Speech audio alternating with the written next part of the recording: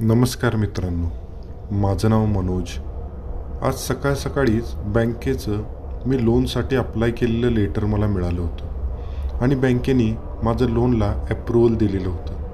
म्हणजे माझी सगळी स्वप्न आता पूर्ण होणार होती. मी एका चांगल्या मल्टीनॅशनल कंपनीमध्ये कामाला लागलेलो होतो. पगार पण चांगला होता आणि आत्ताच माझं प्रमोशन पण झालेलं होतं. त्यामुळे माझा पगार आता दुप्पट झालेला होता. ज्यावेळी सुरुवातीला मी शहरामध्ये राहायला आलो त्यावेळी माझ्याकडे घर पण नव्हतं. मी एका भाड्याच्या खोलीमध्ये राहत होतो. मी कष्ट करत गेलो आणि हळूहळू चांगले दिवस आले. पुन्हा माझं लग्न पण झालं. मला 2 छोटीशी मुलं पण आहेत. मी माझ्या बायकोला आणि त्या 2 मुलांना घेऊन इथं चाळीमध्ये राहत होतो. तिची फ्लॅटमध्ये राहायची खूपच इच्छा होती आणि मी तिला सांगितलं होतं की माझं प्रमोशन झालं आणि पेमेंट वाढलं की आपण नक्की एक फ्लॅट घेऊया. आणि तिचं पण स्वप्न पूर्ण करायची वेळ आली होती. आम्ही मागच्याच महिन्यामध्ये एका फ्लॅटसाठी ॲडव्हान्समध्ये पैसे भरले होते आणि त्या फ्लॅटच्या खरेदीसाठीच मी एका बँकेमध्ये लोनसाठी अप्लाय पण केलेलं होतं आणि त्याच बँकेचं ॲप्रुव्हल पण मला मिळालं होतं. म्हणजे आता या महिन्याभरात आमचं नवीन घरामध्ये राहायला जायचं स्वप्न पूर्ण होणार होतं. मी जसं ते लेटर माझ्या बायकोला दाखवलं तसं ती आनंदाने उड्याच मारायला लागली.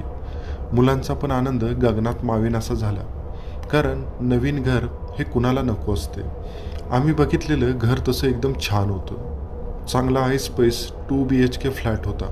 सोसायटी पण एकदम चांगली होती. सोसायटीमध्ये जिम बरोबर लायब्ररी, स्विमिंग पूल, मुलांसाठी प्लेग्राऊंड अशा बऱ्याचशा सोयी होत्या. त्यामुळं मुलांनासुद्धा नवीन घर खूपच आवडलं होतं आणि त्यांना कधी एकदा तिकडं राहायला जातोय याची उत्सुकता पण लागून राहिली होती. आणि आता 2-3 दिवसामध्येच गुढीपाडव्याचा सण पण येणार होता. मी पटापट 2-3 दिवसामध्ये घराच्या पोझिशनच्या प्रोसेसिंगला सुरुवात केली आणि मी बिल्डरला सांगून ठेवलं की आम्हाला गुढीपाडव्याला कोणत्याही परिस्थितीत नवीन घरामध्ये राहायला जायचं आहे. तसं त्यांनी पण आम्हाला 2 दिवसामध्ये सगळी प्रोसेस करून द्यायचा शब्द दिला. त्यांनी आम्हाला गुढीपाडव्याच्या आदल्याच दिवशी फ्लॅटची चावी पण घरी आणून दिली. आम्ही खूपच आनंदात होतो. आईबाबांना मी गावावरून बोलवून घेतलं होतं. आईबाबा आल्यानंतर आम्ही गुढीपाडव्याच्या दिवशी नवीन घरामध्ये गृहप्रवेश केला. एक छोटीशी पूजा पण ठेवली. त्या सोसायटीमध्ये आमचं जास्त कोणी ओळखीचं नव्हतं. माझ्या ऑफिसमधले एक 2-4 मित्र आणि तिथल्या सोसायटीमधल्या 1-2 जणांना आम्ही आमच्या घरातल्या त्या छोट्याशा गृहप्रवेशाच्या कार्यक्रमासाठी आमंत्रित केलेलं होतं.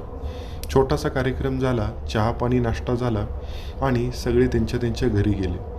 आम्ही सगळेजण आता हॉलमध्ये गप्पा मारत बसलो होतो. माझी बायको इंटेरियर डिझायनर असल्यासारखी या खोलीतून त्या खोलीत जात होती आणि कुठल्या खोलीमध्ये काय काय करायला पाहिजे, कोणतं फर्निचर कुठे पाहिजे याची सगळी लिस्ट बनवायला लागली होती. मुलं त्यांच्या रूममध्ये त्यांना काय काय पाहिजे याची एक लिस्ट बनवायला लागली होती. मी मात्र आईबाबांसोबत सोफ्यावर बोलत बसलो होतो. तसे माझे वडील थोडेसे जुन्या विचारांचेच होते आणि ते देव आणि वाईट शक्ती या दोन्हींना पण मानणारे होते. तसं त्यांचा चेहरा मला थोडासा गंभीर दिसत होता. मी त्यांच्याकडे बघत विचारलं, बाबा तुमच्या मनात काहीतरी चाललं आहे का? तसं ते थोडंसं गंभीर होत मला म्हणाले, मनोज तुझं घर हे चांगलं आहे, तू घेतलंयस हे पण खरं आहे, पण मी मात्र जुन्या विचाराचा बुवा. मला या घरात आल्यापासून थोडंसं वेगळं वाटतंय. म्हणजे मला असं वाटतंय की या घराच्या आसपास काहीतरी वाईट आहे आणि मला भीती वाटते की कदाचित त्याचा तुम्हाला काही त्रास होऊ नये. तसं माझा चेहरा खरकन उतरला. पण बाबांच्या ते लगेच लक्षात आलं आणि त्यांना वाटलं की उगीच सगळ्यांच्या आनंदावर विरजन नको पडायला, म्हणून त्यांनी तो विषय तिथंच थांबवला.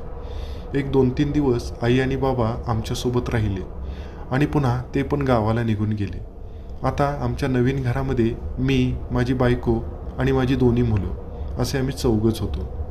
गेल्या 3-4 दिवसामध्ये खूपच पळापळ झालेली होती आणि त्यातच आज मी ऑफिसला पण जाऊन आलेलो होतो. त्यामुळे थकवा खूपच आलेला होता. माझी बायको संध्या ही पण घरातली कामं करून दमून गेलेली होती. आम्ही मुलांना त्यांच्या रूममध्ये झोपवलं आणि आम्ही दोघं आमच्या बेडरूममध्ये झोपलो आणि आम्हाला झोप कधी लागली ते कळलंच नाही. पण मला मध्यरात्री अचानक जाग आली आणि मी दचकन उठून जाग्यावर बसलो. संध्याकडे बघितलं तर ती चांगलीच गाढ झोपलेली होती. संध्याला तशी खूपच गाढ झोपायची सवय होती, पण माझी झोप मात्र खूपच जागरूक होती. कुठं खुट्ट जरी झालं तर मी लगेच झोपेतून उठायचो. मी घड्याळामध्ये बघितलं तर रात्रीचे 12:30 वाजले होते आणि मला जाग आली होती. त्याचं कारण म्हणजे मला कशाचा तरी थोडासा आवाज आला होता. बेडरूमच्या खिडकीच्या बाजूलाच ड्रेनेजची पाईप होती आणि त्या पाईपवर मला कशाचा तरी आवाज आला होता. जणू काहीतरी सरपटत त्या पाईपवरून चाललेलं असावं. मी हळूच उठून बेडरूमच्या खिडकीजवळ गेलो आणि त्या ड्रेनेजच्या पाईपजवळ बघायला लागलो, पण तिथं काहीच नव्हतं. मला वाटलं की मला भास वगैरे झालेला असेल आणि मी पुन्हा येऊन माझ्या बेडवर बसलो, पण मला झोप लागत नव्हती. आणि एक 5 मिनटं मी तसाच बसलो असेल नसेल तोपर्यंत मला छतावरच्या बाजूने थोडासा आवाज यायला लागला. आम्ही 4थ्या मजल्यावर राहत होतो आणि हा जो आवाज होता तो 5व्या मजल्यावरच्या बरोबर आमच्या फ्लॅटच्या वरच्या बाजूला असणाऱ्या फ्लॅटमधून यायला लागला होता. तेवढ्यात मला अचानक मांजराचा मोठमोठ्याने गुरकावलेला आवाज वरच्या त्या फ्लॅटमधून यायला लागला. मी थोडासा दचकलो आणि मी कान देऊन पुन्हा एकदा ऐकायला लागलो. आता तो मांजरीचा आवाज खूपच कर्कश झालेला होता आणि अचानक ती मांजर अशी काय ओरडली की जसं काही तिची मुंडी मुरगाळून तिला कुणीतरी मारून टाकलेलं असावं. मी एकदम दचकलो, पण पुन्हा मात्र सगळं शांत झालं. सगळे आवाज बंद झाले आणि मी पुन्हा झोपलो. पुन्हा मला कधी झोप लागली ते मलाच कळलं नाही. आता ही घटना मी दुसऱ्या दिवशी कुणालाच सांगितली नाही. आता दुसऱ्या दिवशी पण संध्याकाळी मी लवकरच झोपलो आणि अचानक मध्यरात्री मला पुन्हा एकदा आवाजामुळे जाग आली. मी पुन्हा एकदा बेडवर उठून बसलो. घड्याळामध्ये बघितलं तर बरोबर 12:30 वाजले होते आणि मला पुन्हा एकदा बेडरूमच्या खिडकीच्या बाजूला असलेल्या ड्रेनेज पाईपवरून काहीतरी जात असल्याचा आवाज आला. पण बेडरूमच्या खिडकीच्या भिंतीलाच ड्रेनेजची पाईप असल्यामुळं मला बेडरूमच्या खिडकीमधून व्यवस्थित दिसत नव्हतं. त्यामुळं मला त्या पाईपवर काहीच दिसू शकलं नाही आणि तसं पण बिल्डिंगच्या मागच्या म्हणजे ड्रेनेज पाईप असणाऱ्या बाजूला खूपच अंधार असायचा. त्यामुळं तिथलं काही दिसणं शक्यच नव्हतं. मी पुन्हा एकदा येऊन बेडवर बसलो. तेवढ्यात मला वरच्या फ्लॅटमधून वेगवेगळ्या पक्ष्यांचा ओरडलेला आवाज आला. अचानक एवढ्या रात्री त्या फ्लॅटमध्ये पक्षी कुठून आले असतील याचा मला थोडासा प्रश्न पडला आणि मी पुन्हा लक्ष देऊन ऐकायला लागलो. तर आता ते सगळे पक्षी ओरडत ओरडत किंचाळायला लागले होते आणि अचानक त्यांच्या माना मुरगळाव्यात असे कटकट आवाज झाले आणि त्या सगळ्या पक्ष्यांचा आवाज शांत झाला. मला हे थोडंसं विचित्रच वाटलं. नेमकं काय चाललंय त्या फ्लॅटमध्ये हे मला कळतच नव्हतं. आता मी जवळजवळ 3-4 दिवस या गोष्टीकडे लक्ष दिलं तर या गोष्टी जशाच्या तशा बरोबर 12:30 वाजता घडत होत्या आणि रोज वेगवेगळ्या पक्ष्यांचे किंवा प्राण्यांचे आवाज मला वरच्या फ्लॅटमधून येत होते. मी ही गोष्ट माझ्या बायकोला म्हणजे संध्याला कधीच सांगितली नाही. पण एक दिवशी रात्री तीच किंचाळत उठली आणि ती मला उठवायला लागली. मी उठून बसलो. ती मला म्हणायला लागली, आपल्या बेडरूमच्या खिडकीच्या बाजूच्या ड्रेनेज पाईपवर काहीतरी आहे. मी आता खिडकीमध्ये जाऊन बघितलं तर तिथं ड्रेनेज पाईपच्या खालून काहीतरी सरपटत वर येत असल्यासारखं जाणवलं. तशी संध्या एकदम घाबरली. मी तिला बोटानेच इशारा केला आणि गप्प राहायला सांगितलं आणि तिला थोडासा धीर पण दिला. तसं बघायला गेलं तर मी पण खूप घाबरलो होतो. हृदयाची धडधड खूपच वाढली होती. अंगाला घाम फुटला होता. आज नेमकं काय बघायला मिळेल याची उत्सुकता पण वाटत होती. आणि अचानक ती आकृती सरकत सरकत आमच्या बेडरूमच्या खिडकीच्या एकदम जवळ आली. त्यावेळी मी माझं सगळं धाडस एकवटलं आणि ती बॅटरी चालू करून त्याचा फोकस मी त्या ड्रेनेज पाईपच्या दिशेने मारला. तशी माझ्या पायाखालची जमीनच सरकली. संध्या तर मोठ्याने किंचाळलीच, कारण त्या पाईपवर एक वेगळीच विचित्र आकृती होती. तिचे केस एकदम वाढलेले होते. अंगावर एकदम जुने फाटलेले कपडे होते. त्या आकृतीचं अंग एकदम पांढरं फटक होतं. हाताला मोठमोठी काळी नखं होती आणि जसा आम्ही त्या बॅटरीचा प्रकाश झोत त्या आकृतीकडे मारला तसं त्या आकृतीनं आमच्याकडं रागाने बघितलं. त्यावेळी पहिल्यांदाच आम्हाला त्या आकृतीचा चेहरा दिसला. एकदम पांढरा शुभ्र आणि विद्रूप चेहरा होता तो. त्या चेहऱ्यावर ठिकठिकाणी जखमा होत्या. तोंडाला लाल भडक रक्त लागलेलं होतं. त्यामुळं त्याचे दात पण एकदम लाल भडक झालेले होते. डोळ्यामध्ये अंगार ओतल्यासारखे एकदम लाल भडक डोळे होते त्याचे. केस एकदम पिंजारलेले होते. त्याचा तो विद्रूप आणि विक्षिप्त चेहरा बघून मी आणि संध्या जाग्याला स्तब्ध झालो. पण पुन्हा मी स्वतः पण भानावर आलो आणि संध्याला झटकन मी त्या खिडकीपासून लांब घ्यायला लागलो, कारण ती आकृती आता भिंतीवरून आमच्या खिडकीच्या दिशेने यायला लागली होती. आत्ता मात्र आम्ही दोघं खूपच घाबरलो होतो. आम्ही तसंच मागं सरकत सरकत बेडरूमच्या एकदम मागच्या भिंतीला जाऊन टेकलो आणि अचानक ती आकृती सरपटत सरपटत आमच्या बेडरूमच्या खिडकीच्या वर आली आणि हळूहळू त्या आकृतीचे केस खिडकीच्या वरच्या बाजूने खाली यायला लागले. आम्ही दोघं एकमेकांना घट्ट धरून ते आता काय करणार आहे त्याकडे लक्ष द्यायला लागलो आणि 1-2च मिनिटात त्या आकृतीचा चेहरा आणि केस पूर्णपणे खिडकीतून खाली उलटे लटकायला लागले. ते बघून संध्या एवढ्या मोठ्याने किंचाळली की आमची मुलं पण दचकून जागी झाली. ती मोठमोठ्याने रडायला लागली. मी आणि संध्या झटकन पळत मुलांच्या बेडरूममध्ये गेलो आणि मुलांना पटकन घेतलं आणि आम्ही आमच्या फ्लॅटमधून बाहेर पडलो. आमच्या फ्लॅटमधून आलेल्या आरडाओरड्यामुळं आमच्या आसपासचे 2-3 शेजारी पण जागे झाले होते. त्यांनी आपापले दरवाजे उघडले आणि ते बाहेर लॉबीमध्ये येऊन उभे राहिले होते. आम्ही झटकन बाहेर गेलो तशी संध्या त्या बाजूच्या लोकांना आमच्या घरामध्ये काय घडले हे सांगायला लागली. मी पटकन पोलिसांना कॉल केला आणि सोसायटीच्या चेअरमनला पण कॉल केला.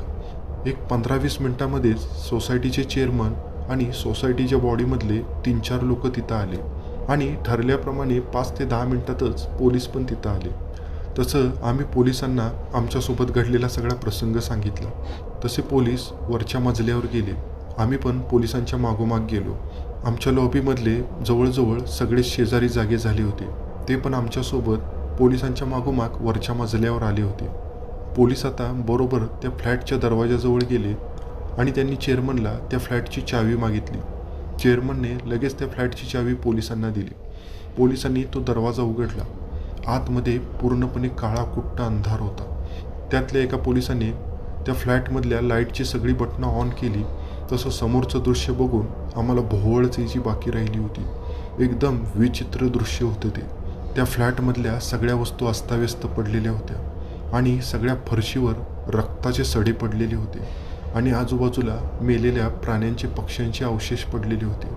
कोणीतरी त्या घरामध्ये ते प्राणी आणि पक्षी रोज रात्री आणून खात असावं आणि त्याचे अवशेष तिथंच खाली फेकून देत असावं असं त्या एकंदरीत चित्रावरून दिसत होतं.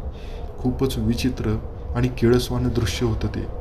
पोलिसांनी एक 10-15 मिनटं आतमध्ये शोधाशोध केली आणि पुन्हा त्यांनी त्या फ्लॅटचा दरवाजा लॉक करून टाकला. आम्ही आता आमच्या मजल्यावर येऊन आमच्या फ्लॅटच्या बाहेरच उभे राहिलो.